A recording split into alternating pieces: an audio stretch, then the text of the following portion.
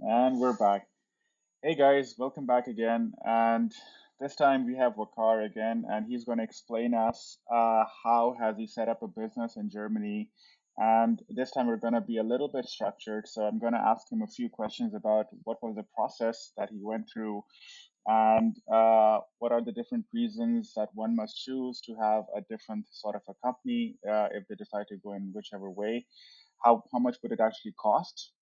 And also, what are the tax implications as well? So yeah, let's get started, Wakar. So I heard you started a business. Tell me, how do you set it up in Germany?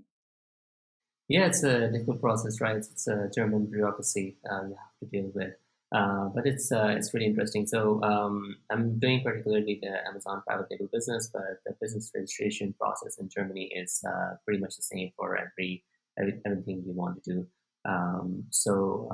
I can explain you different type of businesses that you can register in Germany and what are the benefits of each one of them, or things that you need to look out for when you're starting out or registering a business in Germany.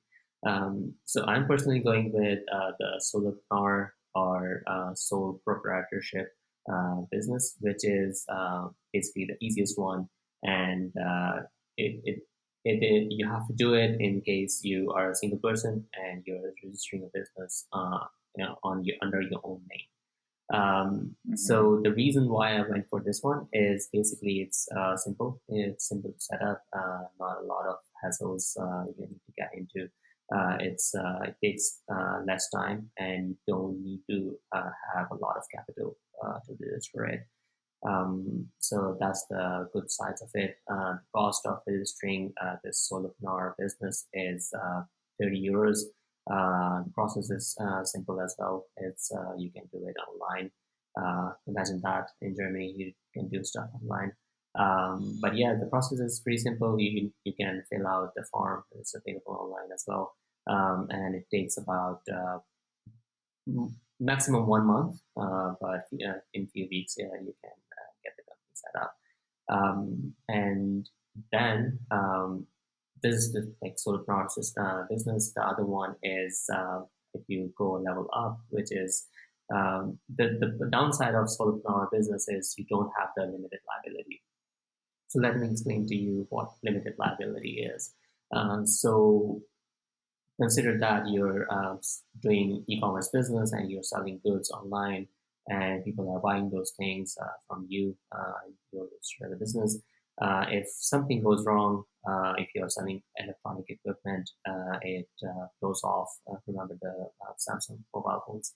And if it's causing or hurting anybody, you are liable for that loss if you are a solopreneur business. But if you are a limited liability company, your Sorry, what? business is, if you are a limited liability company, your business is gonna take the hit about this lawsuit or anything that your business or your product you're selling caused Mm-hmm. something to the person. So there are like famous lawsuits, like Samsung lawsuit. There is McDonald's lawsuit where some lady spilled hot coffee on her legs, and there was like a really huge money or a good sum of money that McDonald's had to pay. But if you're not a limited liability company, the person can come after you on your own personal assets. You can go bankrupt. So it's scary things, but depends on what kind of things you are selling online. My plan on Amazon is to sell like home or kitchen goods, and they are not something that can hurt anyone. And there's not a lot of electronics or like they are not consumption stuff, so it's highly less likely to gonna hurt anybody physically. So I'm covered there. But if you are going to sell some things that has a risk, so it's better to get the limited liability. So if you need limited liability, you need to get a business registered under UG. There's a term called UG. For that, you don't need to show a lot of capital. It can be registered if you show €1 capital to start your business. You can register that. The process is a bit complicated because it's like it has more structure. It takes more time as well. Uh, there's a lot more money involved. I don't know the exact number, how much money that is required to register for the registration process, but it's more hassle and it takes longer as well. And there's an also a caveat that if your business is doing a turnover of €25,000 per annum, you need to go into GmbH, which is like a Hmm. bigger company. And for GmbH, you have to have a capital of €25,000. Actually, there's like the terminology that you use is you need to have a capital, but if you can show somehow that you have a bank balance or your business can have a turnover of €25,000, you can register a GmbH. So there's Hmm. something that I learned along the way. I had an understanding that you need to have this €25,000 in your bank account, but that's not the case. You can still register a GmbH business if you show that this business can have a turnover of €25,000. So yeah, these are the Right. different types of businesses that you So can register. so you're going with a sole proprietor business, and Mhm. I'm guessing that anyone who also wants to be a freelancer in Germany would also have to register themselves under the sole proprietorship Yes, business yeah, that's as correct. well. Yeah. Okay, great. And how much did it cost you? For me, it was €30. You just go online and you Oh, pay for wow. the whole process. I did not did it myself, as I explained in the previous video. There is a virtual assistant who is helping me out with the whole process. So I told him that these are the things that I want, and he set it up for me. My German is not that great, so he got me covered there. So he's taking care of the process. So I don't have to do anything. It's great. Okay, great. So one thing that you talked about is that if you want to go with a sole proprietorship, then I'm guessing you don't want to be in the food business, or you don't want to be in any sort of Exactly. business which would actually be front or customer facing, and it could actually endanger their lives or uh, provide some harm in a different way. So, and that is why Yes. I think you said you will also be choosing like kitchenware and things which are not really super health uh, or dangerous to health as well. Yeah, exactly. That's correct. So that's exactly the idea. You can be customers facing, and you could be selling goods online. But if in any way your product can endanger people's life, you want to cover your business or cover your assets and get a limited liability. Hmm. Nothing. And do you? I'm guessing because you're doing it under your name, so you're not really registering a brand at this moment, right? Like, is the brand registration a different process than setting up your own company? Yes, that's a very good question. So there are two things. One is your company registration. That's you're telling the government or officially saying that, okay, I am a company, I'm a business, I'm doing all these sorts of things. But you can have a different brand registration. So the brand name and the company name can be different. A company can have different brands under its umbrella. So there are two different things. And in case of solopreneurship, you actually don't need to have a different company name. You can, or actually, you always register your register solopreneur business under your own name. Okay, and then if I want to create a new brand, for example, I'm guessing because you are going to create a private label company or a brand, at least in Amazon, so you need to come up with a unique Mhm. name, right? Like, so I know that was not part of this topic, but maybe I just want to get an overview of how is that like, because I'm guessing there's a unique name or a database where like you cannot just have Nike as your product name now, right? Like that Mhm. cannot just happen. Yeah. Yeah, exactly. So I think that's a really useful discussion to have in this conversation. So yes, I had to come up with a brand name because as I said, my plan is to create a Amazon Prime Video business, and the brand name is really important for that. There are a couple of things that you need to look out for, and as you said, that whatever name you decide, it needs to be available. If you're coming up with a name that is already taken, you can get into legal problems, and people are gonna get after you. So there's a process. One thing is you need to come up with a brand name. This is on its own very difficult process. I used a tool.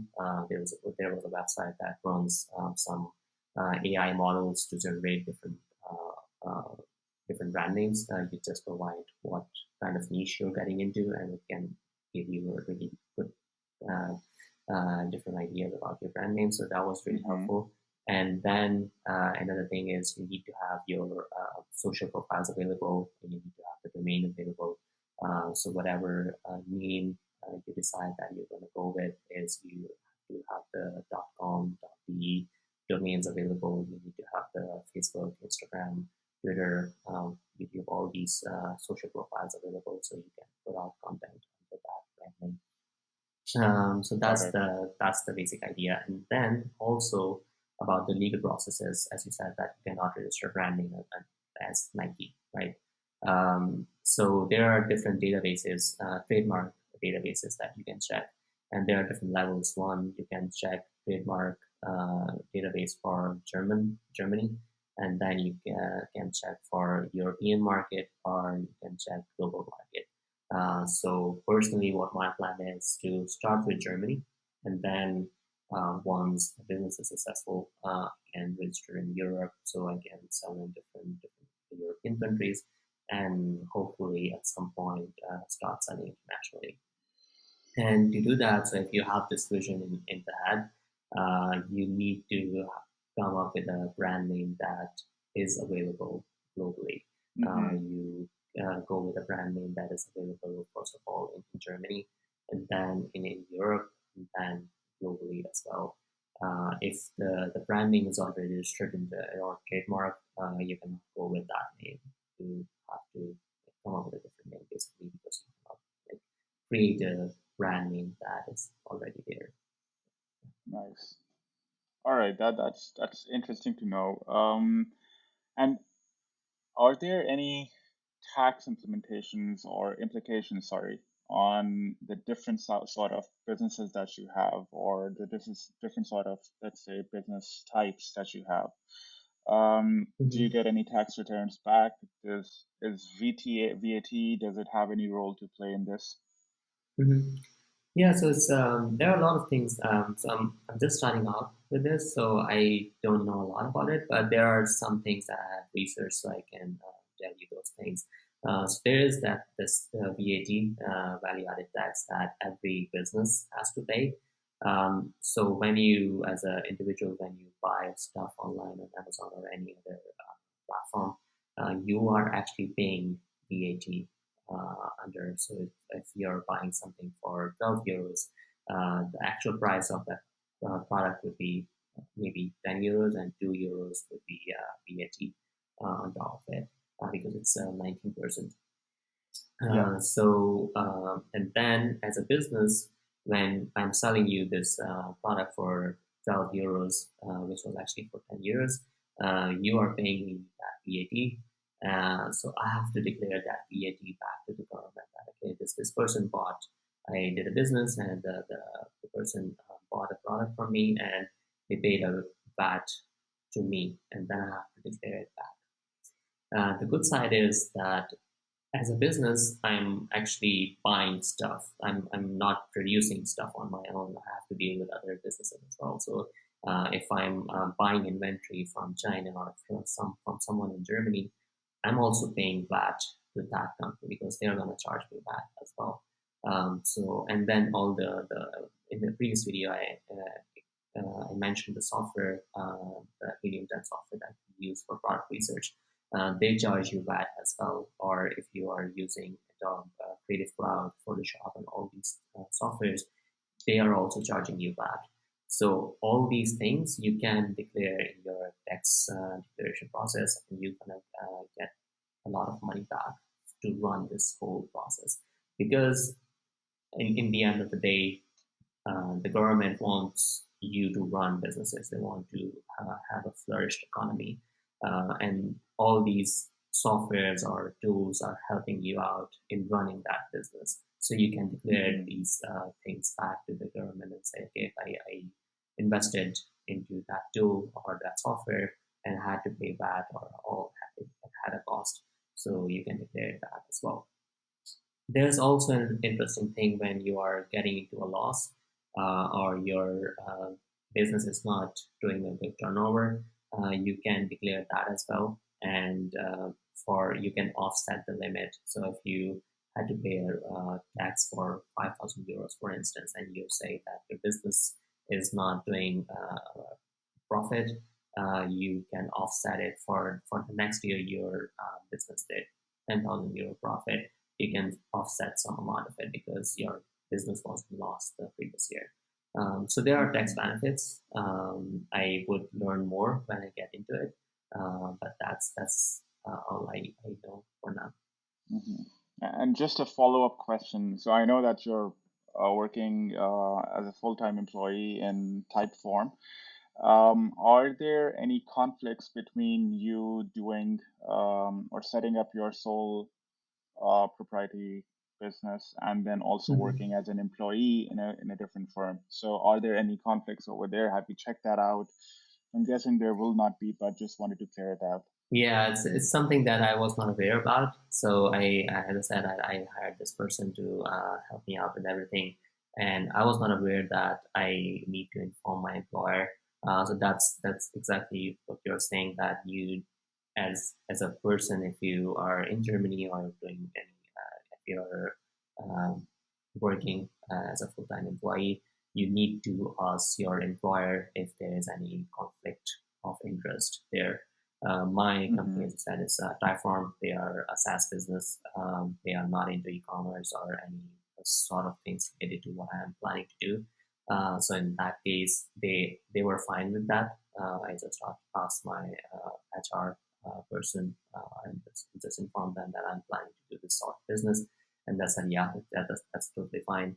And I also told them that I am not 100% involved into it. I hired a person to help me out with this whole thing. So these are Mm-hmm. the two things that you need to look out for. Um, there should not be any conflict of interest with the company you're working for, and you need to give like the amount of hours you have committed to that company. So in your contract letter, you usually commit to 40 hours a week. You need to give that to the company. And you Of can, course. I personally, what I did was I told my company that I had a person who was going to help me out with the process, so it's not going to impact my performance or anything.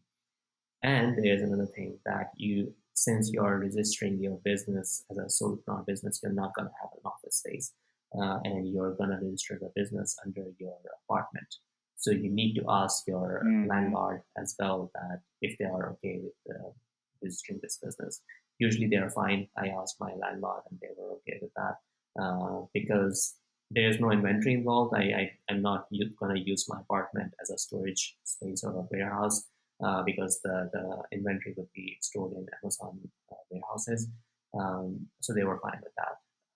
But there Right. could be different implications based on your business. Great. I think we covered a lot of topics today. So I hope that anyone who wanted to become a sole ownership of a business, maybe this video would be helpful. Again, thanks a lot, Fakar. And yeah, see you with the next topic next time.